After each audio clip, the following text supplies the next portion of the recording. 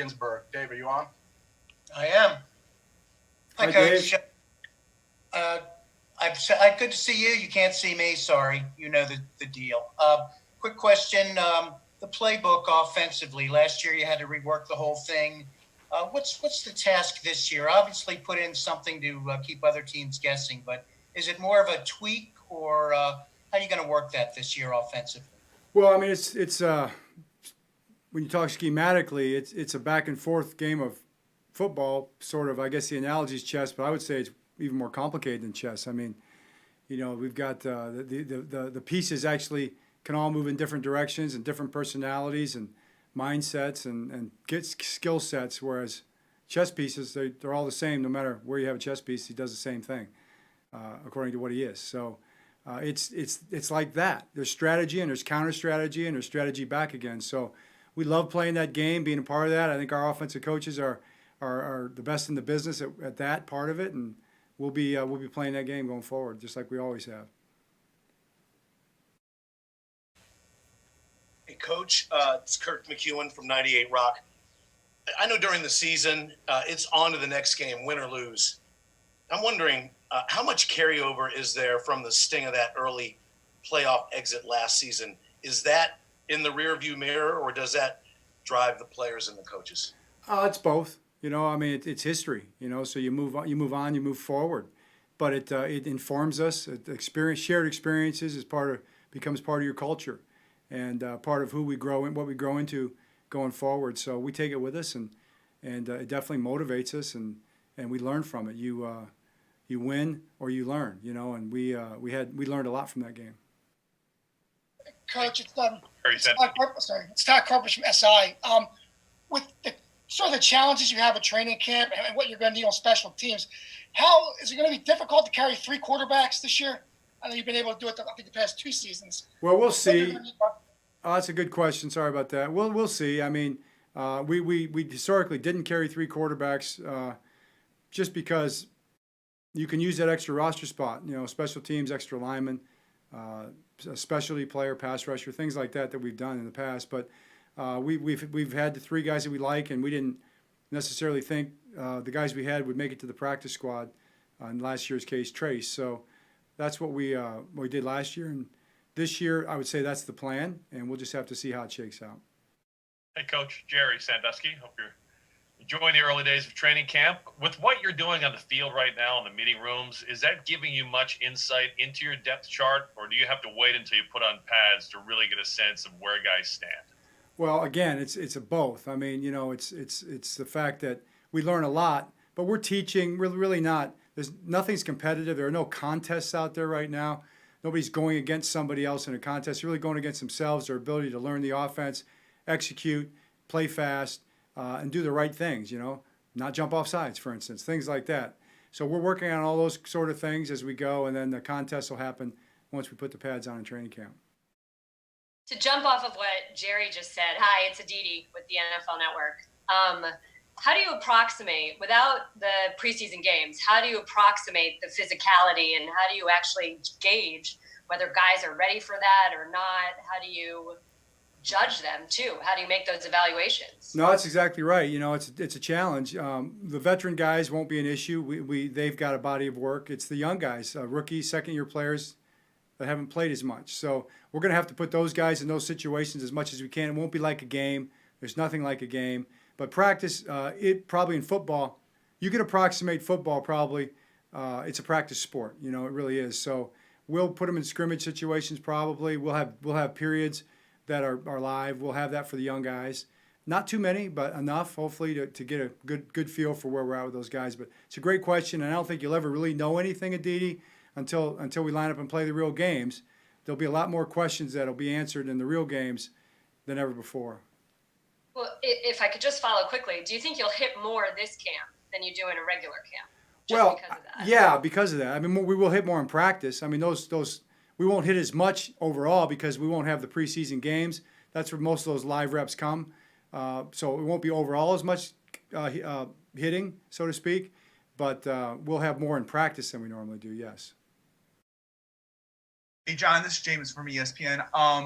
as far as you're known for developing and having one or two of these undrafted rookies land with the opening roster, because of the lack of spring, because of lack of preseason games, how much more difficult will it be for a lot of these undrafted rookies to make that season opening roster this year?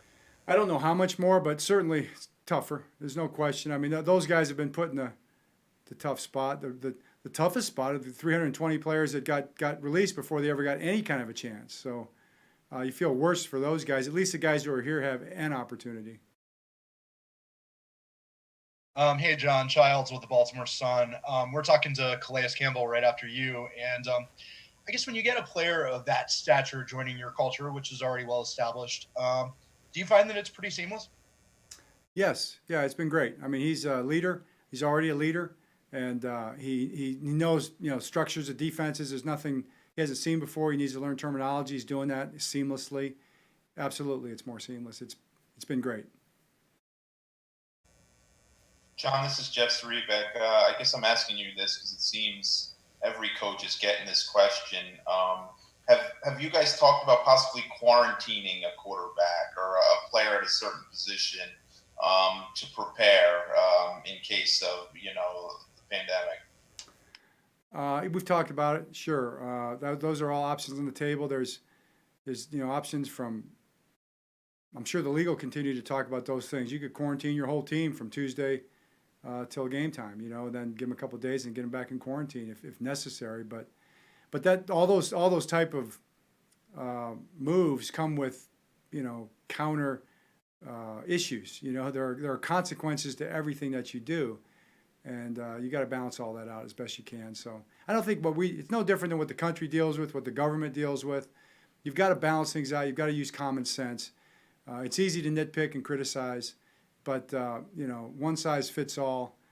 For every player. Like for instance, if you were going to quarantine the whole NFL for 6 months, I mean, if you're a doctor and you say we want the best chance to keep everybody safe and healthy, that would be great. But I kind of want to see my wife for some point in time in the next 6 months, and she doesn't have coronavirus, and she's being safe too. So you've got to live with a certain amount of risk in order to live your life. We don't want to forfeit all these guys' lives, and they're not willing to do it, as I'm sure the Players Association would say, and I wouldn't want them to do it. So, we've got to have some balance to everything that we do.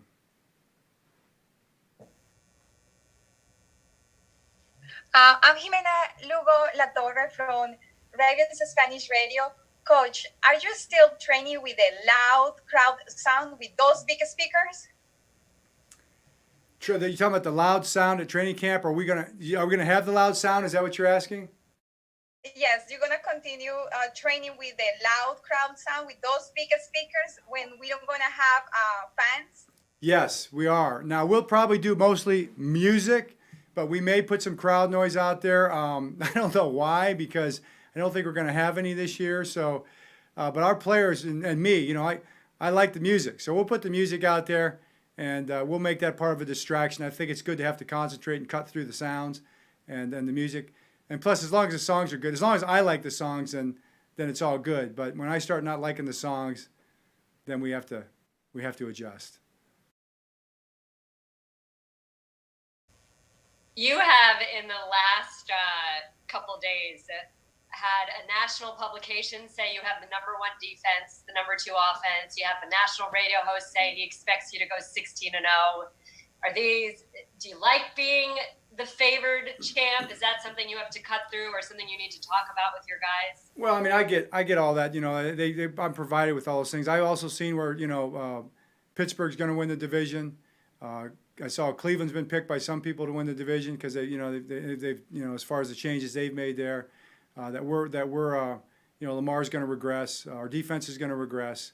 So, everybody says a lot of things. So it doesn't matter. It's all noise. Who cares? John, this is Jonas Schaefer from the Baltimore Sun. As we've learned more about COVID, I think we've seen how disproportionately it can affect people with obesity and high BMI. Obviously, your team has players with high BMI, but it's a different type of body type than those who are affected. Has it been an education process for you and your team, just learning how this could potentially impact someone? Well, we have guys. We don't have anybody that's got more than 26% body fat on our team. That's our highest guy. So I think that's pretty darn good. Some of our most heavy guys are in the low 20s, which is phenomenal. The muscle mass that these guys carry. So if you could educate me on what the science is according to a certain percentage of muscle mass, I'd love to hear it. But that's up to the guys. I think the guys do that. They look at their own situation. No two people are alike. They're unique. And they've got to look at their own health, their own family, their own situation, and just figure all that out. And that's how we do it. That's what we need to know. Everybody makes their own choices. Hey, John, Bo Smoker with Pressbox. I'm curious. I saw that Matt Skura is starting on the active pup list. Is that simply procedural? There's no change in his timetable, or when do you think you might get him back on the field? Right. No, he's on his timetable. Yeah, we were going to put him on that. That was our plan, and work him in, as we go. We want to make sure that he's moving the right way. Then you want to put him against some pressure where he's got to deal with the knee's got to react to certain movements with pressure. We want to do all that before we put him on the field. This is a real slow ramp-up period anyway this year, so we've got time to do it, and we're gonna bring him along. But he's still right on schedule, Bo, and we expect to see him out there soon. And if that changes, then then it would be a change. But he'll be out there. I don't know what the exact time frame is. As soon as the trainers clear him, but it won't be too long. Hey, John, it's Aaron from Penn Live. I know a lot has changed since a couple months ago when you said the humanly impossible things about the COVID guidelines. Now that players have been back for a week, is there anything that stuck out to you, surprised, good or bad, about the procedures and how the players are going about their business? No, it's been great. I stand by what I said. To follow the procedures 100% is humanly impossible. So if somebody, can't imagine there's any safer place than an NFL football team right now, NBA basketball bubble. We're pretty darn safe. If you want to rank them, we're all in the top 5. I'll tell you that across the country. So we're right up there with anybody. We get tested every day, and we are wearing masks everywhere. Our coaches wear the mask. For us, there are some things that you have choices. We ask our coaches when they teach to wear the mask. So, I'm coaching like this, and all of our coaches are coaching like this in meetings and on the field. And you know what? We're okay with that. We just got to speak clearly. We have to enunciate what we say. And in some ways, I think it helps us become better communicators. So we're looking at it as a plus. You do everything you humanly can, but that doesn't mean you're gonna win 100% of the time. So if something does happen, don't come rolling in here and saying, pointing the finger and saying you didn't do something the right way. And that was my point way back when the protocols first came out. And I think it's pretty clear. You can't test your way out of this. Well, you can't protocol your way out of this either. This is going to run its course. All you can do is the best you can do and mitigate it to great extent. And I think we've done a really good job of that so far. There are no guarantees going forward. We got to stay vigilant like we've done. But again, you can't let it run your life. We can't let it run the operation. We're a football team. We're trying to build the best football team we can, and we'll go about our business doing that with and around the obligations that we have to one another in terms of respecting the situation with the COVID. Yeah, it's Cliff Brown, Ravens.com. Coach, James Prochet returned some punts in college without DeAnthony Thomas being in the picture. I'm just curious who else you might see competing with James for that role this year. Yeah, I tell you what, it's James's role to win, and he's got to go win it. We've got Willie Snead. I know Willie liked to do it too. He's back there all the time. Marquise catches punts every day, and we'll see as we go. But I really like James. He's really dedicated, motivated guy, and it's tough for a rookie to do it. A rookie doing it without preseason games. I exactly know where you're coming from, Cliff. Believe me, I think about that too, and that'll be a challenge. And I believe he's up for the challenge. He's the man for the job, but he's going to have to show us that he's ready to do it. And I'm pretty sure that there'll be some competition run at him as well. So we'll see where that goes in the next few weeks.